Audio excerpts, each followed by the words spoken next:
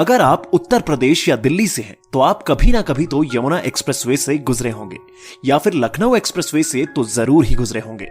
आपको उन रास्तों पर कितने खड्डे दिखे होंगे, शायद ही कोई देखा होगा, है ना। यानी देश में ऐसी सड़कें बन सकती हैं जो गड्ढा मुक्त हों, फिर भी हम इनके लिए कुछ नहीं करते हैं, सिर्फ इसलिए क्योंकि हम इनके आदी हो गए हैं। हमें ये समस्या बड़ी नहीं लगती, मगर सतेंद्र को एक दिन समझ आ गया कि इसका महत्व क्या है। सतेंद्र मुरादाबाद का रहने वाला था। वो नोएडा में रहकर एक निजी आईटी कंपनी में टेस्टर का काम करता था। उसकी उम्र शादी की उम्र की दहलीज को पार कर चुकी थी, मगर माँ बाप का आशीर्वाद अपनी चौथी बेटी की शादी करते करते खत्म हो चला था। इसीलिए उसे अपनी शादी के लिए खुद आशीर्वाद का इंतजाम करना था, जो कि उसके लिए जरा सा मुश्किल हो रहा था। सुबह 9 बजे ममूरा गांव से सेक्टर 62 पहुंचने के लिए वो अपने निजी दोपहिया वाहन का इस्तेमाल करता था। एक दिन जब वो बाकायदा हेलमेट और विंड शीटर पहनकर ऑफिस के लिए निकला तो काले घने बादलों ने आसमान को ढक लिया। सतेंद्र आधे रास्ते भी नहीं पहुंचा था कि बादलों ने जोरदार बारिश करनी शुरू कर दी।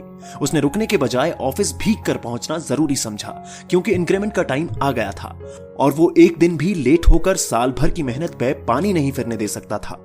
बारिश इतनी तेज हुई थी कि देखते ही देखते सड़कों पर बेतहाशा पानी भर गया। सतेंद्र को वैसे तो वहां की टूटी सड़कों का हिसाब था कि किस किस एरिया में सड़क टूटी हुई होती है और कितने जगह खड्डे मिलेंगे, मगर उस दिन बारिश ने गड्ढों को तालाब सा बना दिया था। एक गड्ढा बारिश से कुछ ज्यादा ही अंदर धंस गया था, जिसका अंदाजा सतेंद्र को नहीं था।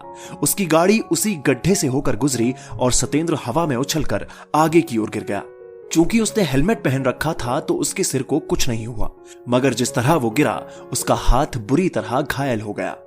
लोगों ने उसे उठाकर अस्पताल पहुंचाया। उसके आई कार्ड से कंपनी वालों को खबर पहुंचाई गई और फिर वहां से उसके घर वालों को। सतेंद्र की हालत तो ठीक थी, मगर उसका हाथ टूट चुका था। अब वो अपने दाएं हाथ से लाचार हो गया था। 2 महीने आराम करने के बाद उसे अस्पताल से छुट्टी मिली थी, मगर उसे पता था कि अब उसकी जिंदगी बिल्कुल बदल चुकी थी। पहले तो 3 महीने की एक्स्ट्रा सैलरी देकर कंपनी ने उसे किनारा किया, फिर धीरे धीरे यार दोस्त भी दूर होते गए। उसके माँ बाप ने उसे वापस मुरादाबाद आ जाने को कहा, मगर वापस जाकर वो अपने घर वालों पर बोझ नहीं बनना चाहता था। इन सब गमों के बीच वो नशे का आदी हो गया। कुछ ही महीनों में अंग्रेजी पीते पीते वो देसी शराब तक आ पहुंचा। एक दिन जब वो पैदल उसी सड़क से गुजर रहा था तो उसने देखा वो गड्ढा आज भी वहीं था।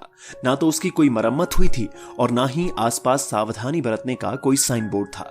उसने एक बार फिर अपने टूटे हुए हाथ को देखा और पुलिस स्टेशन की तरफ चल पड़ा। जी सर, बताइए क्या काम है? अंदर कांस्टेबल ने सतेंद्र से पूछा। जी, मुझे एक FIR दर्ज करनी है। सतेंद्र ने कांस्टेबल को जवाब दिया। उधर साहब बैठे हैं, वहां चले जाइए। कांस्टेबल ने एक टेबल की तरफ इशारा करते हुए कहा।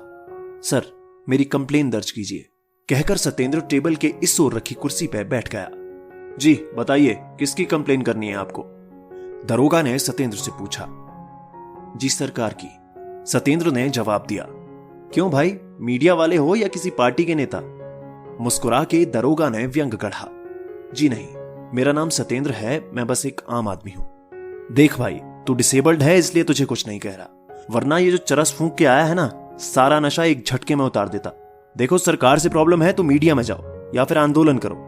अब जाओ यहां से, मेरा टाइम वेस्ट मत करो। देखिए सर, सेक्टर 62 के पास सी ब्लॉक में सड़क पे पड़े एक बड़े गड्ढे की वजह से मेरा हाथ टूट गया, जिससे मेरी पूरी लाइफ खराब हो गई। ये क्राइम है जो सरकार ने मेरे साथ किया है, इसलिए आप मेरी कंप्लेन लिखिए।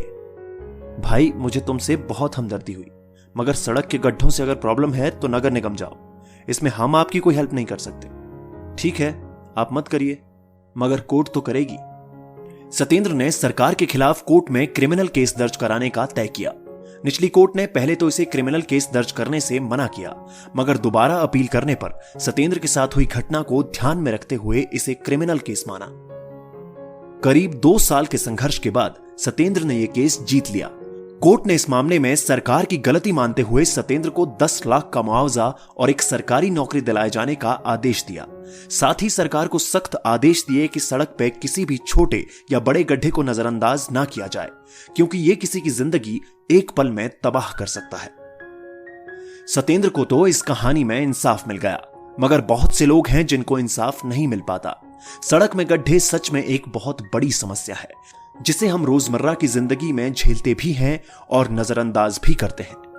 दोस्तों, आपकी इस वीडियो के बारे में क्या राय है नीचे कमेंट करके जरूर बताइएगा। और अगर आपको ये वीडियो पसंद आए तो इस वीडियो को लाइक करिएगा, शेयर करिएगा ज्यादा से ज्यादा लोगों तक। और ऐसे ही और भी इंस्पिरेशनल वीडियो के लिए सब्सक्राइब करें हमारे YouTube चैनल को और Facebook पर फॉलो करें हमारे पेज को। धन्यवाद।